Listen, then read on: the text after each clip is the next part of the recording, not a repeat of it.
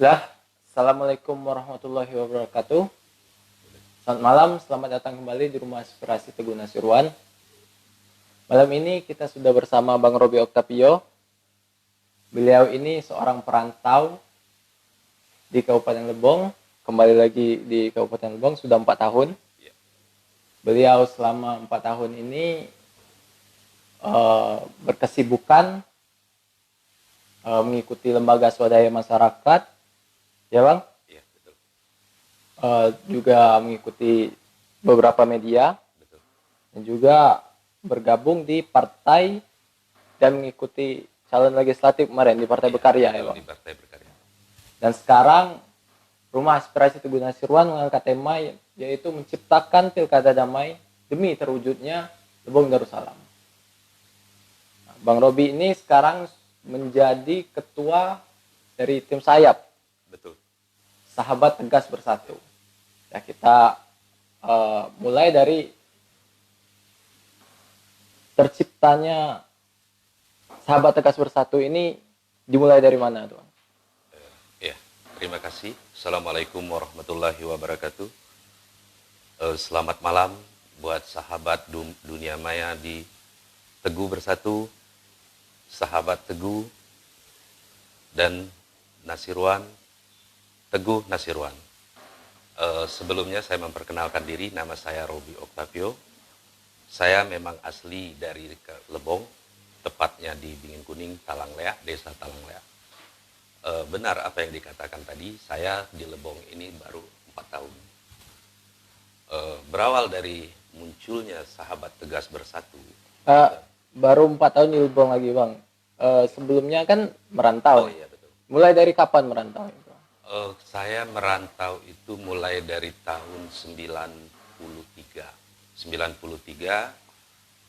di daerah Bekasi. Kebetulan 4 tahun belakangan kita kembali ke daerah, intinya kita coba hijrah ke daerah kampung halaman.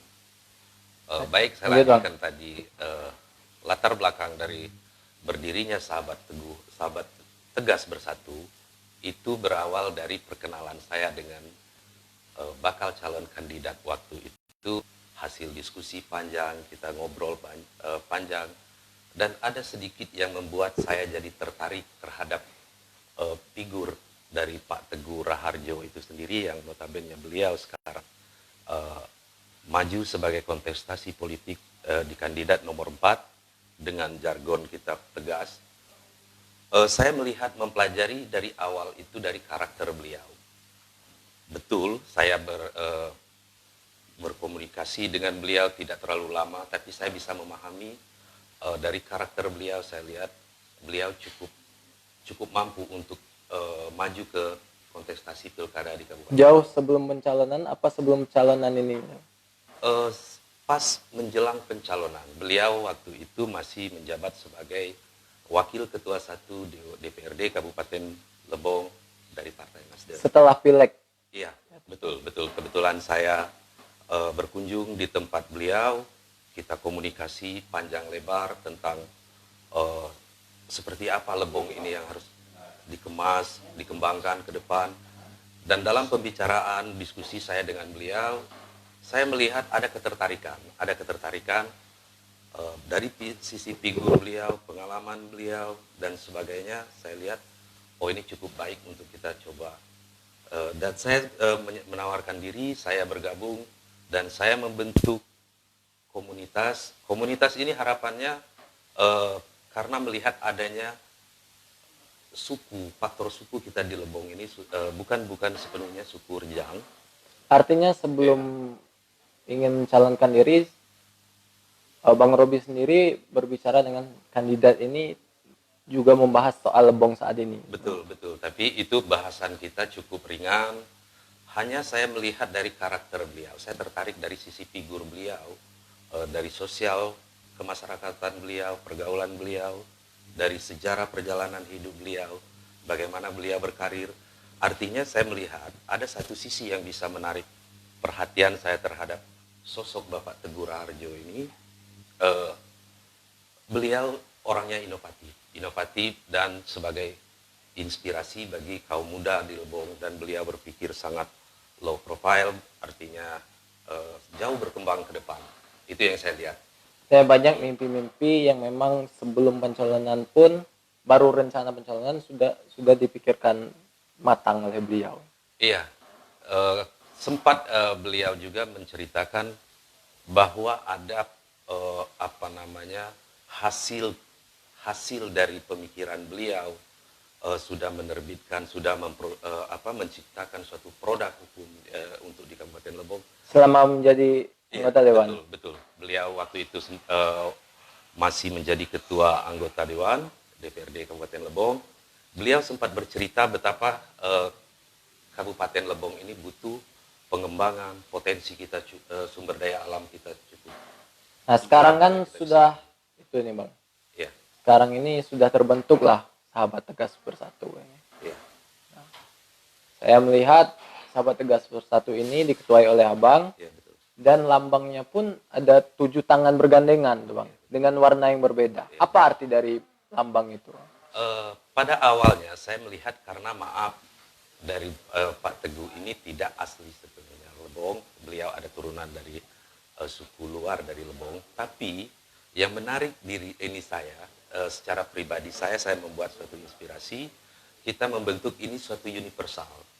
Kita coba mengkanter bahwa di Indonesia ini sudah NKRI, bahwa Lebong ini tidak didiami oleh suku Rejang semata-mata.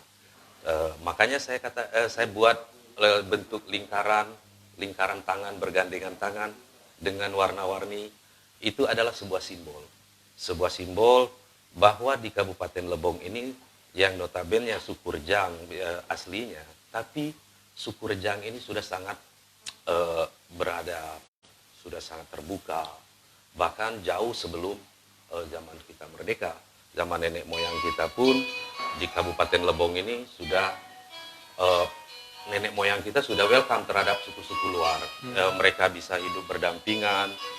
Mereka juga bahkan salah satu contoh yang bisa kita ambil betapa suku Rejang itu termasuk salah satu suku yang beradab, suku yang memang welcome dengan suku luar. Bahkan nama anak si A dari suku lain pun sama dengan anak mereka. Mereka sempat sampai ke bawah itu kegiatan ritualnya ke adat. Mereka ada istilah bahasa Rejangnya itu akan mengakan. Itu. Anak dari misalnya ngomong dari suku luar itu sama dengan anak mereka akukan sebagai anak sendiri. Itu ngakan bahasa Rejang. Betul, itu mengakan. Itu yang membuat saya melihat suku Rejang ini betapa sebagai salah satu suku tertua di Kabupaten Lebong, tapi mereka ini sangat welcome. Terbukti dari simbol 7 tangan yang sudah kita ciptakan dari logo Sahabat Tegas, itu membentuk keterwakilan beberapa suku yang mendiami di Kabupaten Lebong. Kita ada 7 suku. Ya betul. Ada suku Rejang, ada suku Jawa. Kita tidak mengatakan Sunda ya. Kalau kita orang Rejang pasti mengatakan yang seberang pulau pasti Jawa. Itu ada Padang, ada Batak, ada Kerinci, ada Serawai, ada Palembang. Itulah 7 yang kita representasi menjadi satu logo bentuk kebersamaan. Artinya logo itu bukan semena-mena dibuat untuk menjadi bagus, tapi ada makna di balik logo itu. Betul. Dari logo itu tersirat saya ingin mengapresiasi perbedaan suku yang ada di Kabupaten Lebong, tapi bisa menyatu, apalagi ini konteksnya kita dalam pilkada, event memilih pemimpin.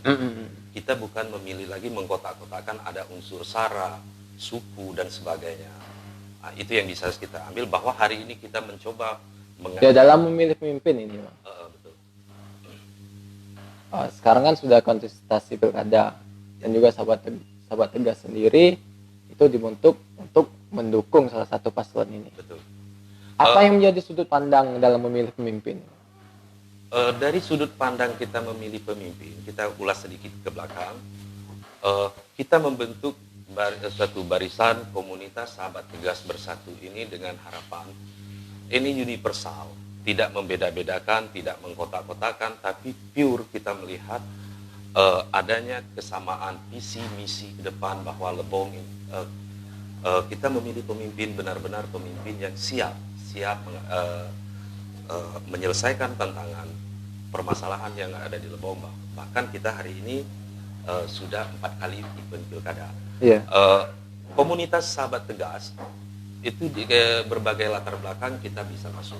Artinya harapan kita memang benar-benar orang yang smart, orang yang memang cerdas memilih kandidat, bukan lagi kita terpatri dengan mengkotak-kotakan unsur sara, unsur yang jelasnya suku. Itu yang bisa kita sampaikan dari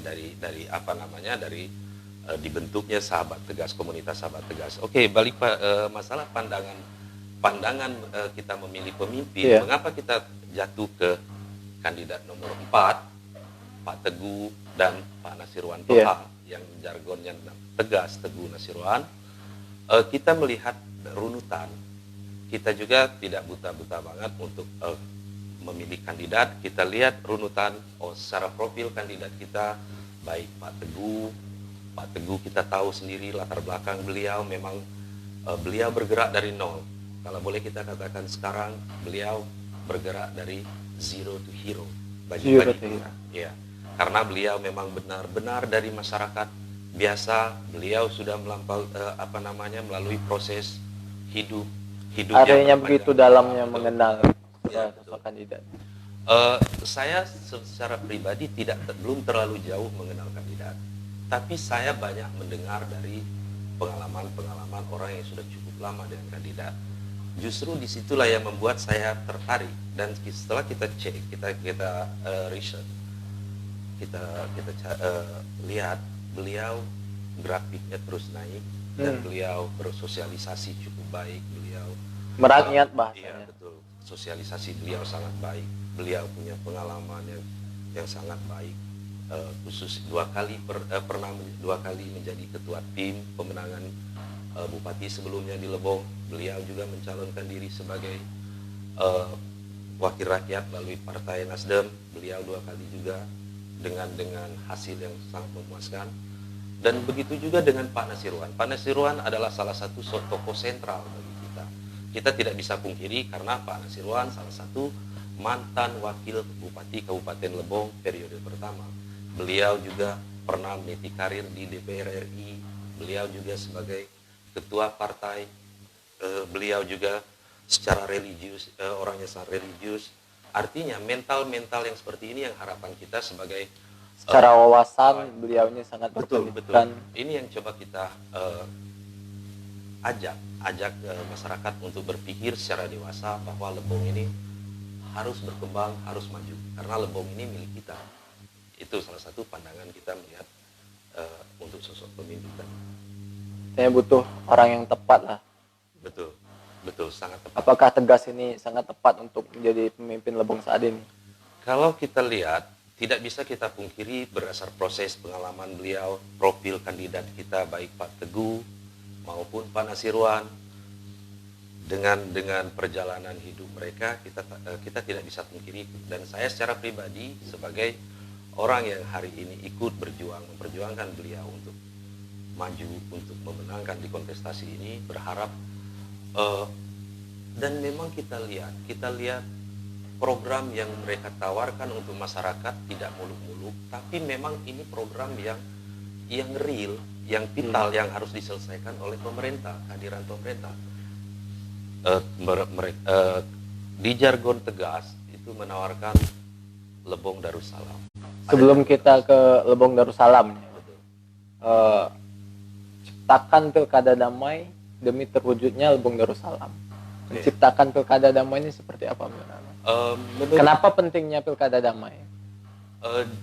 Sangat penting sekali, karena begini, di saat kita kontestasi itu cenderung dengan adanya persaingan, tapi harapan kita pemuda-pemudi di Kabupaten Lebong ini mulai berpikir dewasa bahwa event ini memilih pemimpin, tidak memilih suku dan sebagainya. Harapan kita coba berpikir secara profesional, secara terbuka, bahwa untuk pemimpin kita di event pemimpin jelas kita butuh kualitas bukan lagi memaksakan karena ada unsur persaudaraan, ada unsur kesukuan. Ini bagi kita sudah tidak relevan untuk di apa namanya. Karena yang kita cari ini seorang pemimpin. Iya, betul. Dan harapan kita dengan adanya pilkada damai, muncul kedewasaan dalam dalam arti membangun etika politik yang baik. Kita tidak menyerang secara personal. Empat kandidat yang maju saat ini di Kabupaten Lebong itu adalah putra putri terbaik yang harus kita akui saat ini. Terlepas ada sisi kurang, itulah namanya manusia. Tinggal kita mencari siapa yang terbaik di antara empat. Kebetulan kita sepakat untuk mengusung kandidat kita tegas, Pak Nasirwan dan Pak Teguh Nasirwan, karena bukan semata-mata karena ada unsur jasa, hutang piutang dan sebagainya. Real kita coba melihat, meletak dudukan event politik ini, event memilih pemimpin ini sesuai dengan kemampuan kapasitas di. Bagaimana dengan Lebong Darussalam? Menurut kita Lebong Darussalam sangat-sangat tepat sebagai jargon untuk pasangan tegas. Lebong Darussalam sering kita dengar gaung-gaungkan, berarti Darussalam yaitu damai. Artinya kita semua sepakat untuk menciptakan pilkada ini dengan damai, tanpa adanya persaingan yang secara tidak sehat. Harapan kita anak, cucu, turunan dari yang ada di Kabupaten Lebong ini mampu berpikir secara objektif. Secara objektif kita boleh mengupas dari sisi program, termasuk yang kita lihat ini sesuai banget loh. Kalau saya secara pribadi sangat-sangat berharap kandidat tegas ini bisa memenangkan kontestasi politik. Kita selaku masyarakat juga diharapkan berpikir. Apa yang bisa masyarakat dapatkan seandainya pasangan tegas ini terpilih? Sangat banyak. Karena yang kandidat kita tawarkan itu sangat relevan dan sangat tepat untuk kebutuhan masyarakat di Lebong. Dari 14 program yang ditawarkan, ada beberapa yang memang vital, sederhana tapi vital, termasuk ketersediaan air bersih. Wilayah kita airnya cukup banyak, tapi selama ini masih bermasalah. Masyarakat kita baru sepersekian persen mendapatkan fasilitas air bersih. Itu salah satu. Dan sama-sama kita pikir program yang ditawarkan memang real vital bagi masyarakat, termasuk peningkatan peningkatan fasilitas rumah sakit dan menggratiskan untuk warga yang kurang mampu. Itu memang hal-hal yang dirasakan masyarakat menjadi permasalahan itu yang dicanangkan oleh beliau. Betul, sebenarnya permasalahan dan hal yang bisa dicapai juga sebenarnya. Iya, sangat real. Harapan kita sangat real karena program yang seperti ini yang ditawarkan ini program dasar. Bukan mimpi-mimpi, hanya mimpi dan janji-janji politik saja ya. Tidak sama sekali. Karena begini, yang harus kita lihat, berapa sih mungkin dana yang harus masuk di Lebong, perputaran dana di Lebong, dan program yang akan dibuat, yang akan dicapai itu berimbang atau tidak. Ini perlu juga masyarakat menjadi edukasi kita bersama. Boleh jargon-jargon lain atau semua jargon memberikan program, tapi kita juga sebagai masyarakat harus cerdas dalam arti menganalisa, oh iya ini tepat enggak, memang betul mampu tidak gitu kan. Semua itu untuk membangun, tapi dananya berimbang tidak, kan semua ada aturannya. Kalau itu tidak beraturan, itu akan bullshit tercapai. Ya, program dari kandidat kita tegas itu membantu hand tractor.